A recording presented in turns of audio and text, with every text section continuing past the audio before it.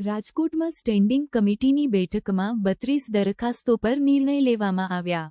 રાજકોટ મહાનગરપાલિકાની સ્ટેન્ડિંગ કમિટીની તાજેતરની બેઠકમાં 32 મહત્વપૂર્ણ દરખાસ્તો પર નિર્ણય લેવામાં આવ્યો છે। આ બેઠકમાં કોઠારિયા વિસ્તારમાં નવી સાઉથ ઝોન કચેરીની સ્થાપનાને મંજૂરી આપવામાં આવી છે, જે સ્થાનિકવાસીઓને વધુ સારો અને ઝડપી પ્રશાસન સુવિધા પૂરી પાડશે। આ બેઠકમાં રાજકોટ શહેરમાં નવું સ્પોર્ટ્સ સંકુલ બનાવવાની પણ મંજૂરી આપવામાં આવી છે। આ સંકુલમાં ટેનિસ, બાસ્કેટબોલ, વોલીબોલ, સ્કેટિંગ જેવી આઉટડોર સુવિધાઓ ઉપરાંત table tennis, badminton, yoga hall, shooting range અને જુદા જુદા રમતગમતના હોલ્સ જેવી ઇન્ડોર સુવિધાઓ ઉપલબ્ધ થશે। આ સંકુલ 22 કરોડ રૂપિયાના ખર્ચે બનાવવામાં આવશે। શહેરમાં સિટી બસ અકસ્માતના મામલે એજન્સીનો કોન્ટ્રાક્ટ રદ કરવાની ચર્ચા કરવામાં આવી છે। મહાનગરપાલિકાએ 22 કરોડનું બિલ હાલ અટકાવ્યું છે અને ડ્રાઈવર ભરતી માટે નવા કડક નિયમો લાગુ કરવાની યોજના બનાવી છે। આ પગલાંનો દ્વારા બસ એજન્સી વિરુદ્ધ કડક કાર્યવાહી કરવામાં આવશે। સ્ટેન્ડિંગ કમિટીના ચેરમેન જયમીન ઠાકરે જણાવ્યું છે કે અગાઉ થયેલી ભૂલો ફરી ન થાય તે માટે નવા નિયમો બનાવવામાં આવશે। શહેરના વિકાસ અને નાગરિકોની સુરક્ષા માટે આ નિર્ણયો મહત્વપૂર્ણ છે। આજ રોજ ભારતીય જનતા પાર્ટીના 66 કોર્પોરેટરની રાજકોટ મહાનગરપાલિકાની સ્ટેન્ડિંગ કમિટીની બેઠક હતી। આ સંકલન બેઠકની અંદર રાજકોટ ભારતીય જનતા પાર્ટીના અધ્યક્ષ ડોક્ટર માધવભાઈ દવેની ઉપસ્થિતિમાં પહેલગામની અંદર જે 28 ભારતીયોની જે ત્રાસવાદીઓ જે નિર્મમ હત્યા કરી છે એને વખોડવામાં આવી છે અને રાજકોટ શહેરની અંદર સિટી બસના ડ્રાઈવરની ભૂલના કારણે જે રાજકોટના 4 શહેરીજનોના જે મૃત્યુ થયા છે એમના દિવંગત આત્માના શાંતિ માટે 2 મિનિટનું મૌન પાડીને આજની આ સંકલન બેઠકની શરૂઆત કરવામાં આવી હતી। આજની આ સ્ટેન્ડિંગ કમિટીની બેઠકની અંદર કુલ 32 દરખાસ્તો હતી।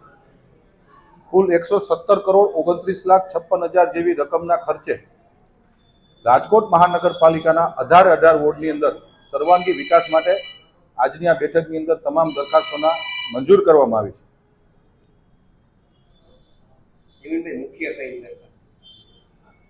રાજકોટ મહાનગરપાલિકામાં વિકાસ કામોની તમામ દરખાસ્તો અમારી દ્રષ્ટિએ મુખ્ય જોઈ છે, પરંતુ ગત 2024ના નાણાકીય વર્ષની અંદર સ્ટેન્ડિંગ કમિટીમાં મારા દ્વારા એક જાહેરાત કરવામાં આવી હતી કે રાજકોટ દિન પ્રતિદિન મોટું થતું જાય છે।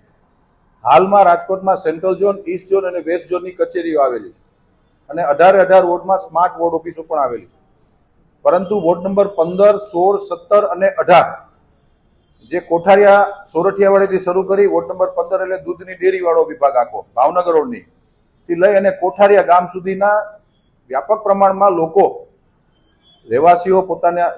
રહેવાસીઓ રહે છે, તો એમને કોઈ પણ કામમાં કાં ઈસ્ટ ઝોન આવવું પડે, કાં સેન્ટ્રલ ઝોન આવવું પડે અથવા વેસ્ટ ઝોન જવું પડે તો એમને મુશ્કેલીઓ પડતી હતી, ધક્કા એના લાંબા થઈ જતા હતા। તેના ભાગરૂપે મારા દ્વારા 2024માં સ્ટેન્ડિંગ કમિટીમાં બજેટમાં એક યોજના કરી હતી કે રાજકોટમાં હવે એક ઝોનની જરૂરિયાત છે, તો સાઉથ ઝોનની સ્ટેન્ડિંગ કમિટીના બજેટમાં જાહેરાત કરી હતી, એની પણ આજે આ દરખાસ્ત આવી હતી। સાઉથ ઝોનના માધ્યમથી સરેરાશ 3 લાખથી વધુ લોકોને આ સાઉથ ઝોનની કચેરી બન્યા બાદ લાભ મળવાનો છે અને એને પડતી મુશ્કેલીઓ અને કોઈ પણ કામનું નિરાકરણ માટે સુવિધાઓ માટે આજે આ સ્ટેન્ડિંગ કમિટીમાં 29 કરોડના ખર્ચે નવો સાઉથ ઝોન અમે બનાવવા જઈ રહ્યા છીએ, જેની દરખાસ્ત પણ અમે લોકોએ મંજૂર કરી છે। રાજકોટ શહેરમાં યુવાનો માટે અને ખાસ કરીને ભાઈ બહેનો માટે અને કોઈ પણ એજના લોકો માટે સરેરાશ સર્વાઈવલ 4 ઝોનમાં અમે લોકો સ્વિમિંગ પુલ બનાવતા હોઈએ છીએ, ઓડિટોરિયમ બનાવતા હોઈએ છીએ, સ્પોર્ટ્સ સંકુલ બનાવતા હોઈએ છીએ। તેના ભાગરૂપે આજે વોર્ડ નંબર 17 ની અંદર એક 23 કરોડના ખર્ચે ભવ્યથી ભવ્ય સ્પોર્ટ્સ સંકુલની પણ એક દરખાસ્ત હતી, જેને પણ આજે અમે લોકોએ મંજૂર કરી છે। જમીનભાઈ, સિટી બસમાં જે અકસ્માત થયો 4 લોકોના મોત થયા, ક્યાંક માંગણી ઉઠી હતી કે જે કોન્ટ્રાક્ટ છે હવે રદ કરવા, એજન્સીને કોન્ટ્રાક્ટ એવી કાંઈ હવે વિચારણા ચાલુ છે? સ્ટેન્ડિંગ કમિટીની સંકલન બેઠકની અંદર કોર્પોરેટરશ્રીઓ દ્વારા આ વિષયની પણ ચર્ચા કરવામાં આવી હતી। હાલ પૂરતું જે એજન્સી છે તેનું તમામ જે બિલ છે એ અમે લોકોએ બિલ અટકાવી દીધા છે।